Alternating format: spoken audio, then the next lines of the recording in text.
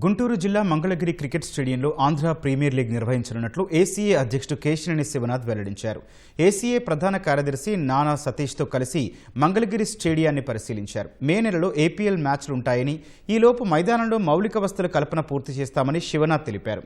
Mangalagiri, Mulapadu cricket మైదానంలో zonal మ్యాచ్ల నిర్వహణకు సన్నాహాలు చేస్తున్నట్లు చెప్పారు.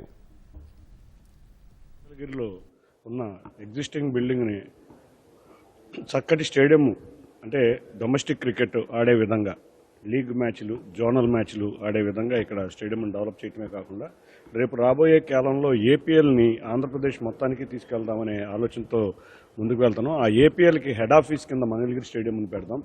ఏపీఎల్ ఎక్కువ మ్యాచ్లు మంగళగిరిలోను, అంతేకాకుండా మూలపాడులోను, కడపలోను ఇట్లా అన్ని ప్రాంతాల్లో నిర్వహిద్దామని ఆలోచిస్తున్నాం.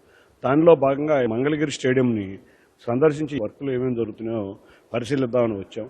ఈ స్టేడియంని అభివృద్ధి చేసి చక్కటి స్టేడియంగా ఉపయోగించే విధంగా ఇక్కడికి వచ్చి దీని ఏర్పాట్లు పరిశీలిస్తూ జరుగుతుంది. రాబోయే సీజన్ ఆఫ్ ఏపీఎల్ ప్రారంభోత్సవ మ్యాచ్ మంగళగిరి స్టేడియంలో స్టార్ట్ అవ్వాలి. మేము ఈ 45 నుంచి 60 రోజుల లోపల మొత్తం మంగళగిరి స్టేడియంని రూపురేఖలు మార్చి డొమెస్టిక్ క్రికెట్ ఆడటానికి వీలుగా, అదేవిధంగా మా ఆలోచన దీన్ని స్పోర్ట్స్ సెంటర్గా మార్చి డిఫరెంట్ స్పోర్ట్స్ కూడా ఎలా ఉపయోగించాలి అన్న ఉద్దేశంతో మాస్టర్ ప్లాన్ అవి వేయటం జరిగింది. Andhra cricket association centre of ఎక్సలెన్సీగా మార్చి మూలపాడులో కూడా 2 గ్రౌండ్లు ఉన్నాయి. అక్కడ కూడా ఒక 50 రూములు నిర్మించడం జరుగుతుంది. అదే మంగళగిరిలో కూడా 100 నుంచి 150 మంది ప్లేయర్లు ఇక్కడ ఉండటానికి అనువుగా రూమ్స్ నిర్వహించి ప్రతిదీ కూడా ఇక్కడే అనువుగా ఉండేటట్టు ఫిజియోథెరపిస్ట్ కానీ, డాక్టర్స్ కానీ ఆ విధంగా ఆలోచనతో ముందుకెళ్తున్నాం.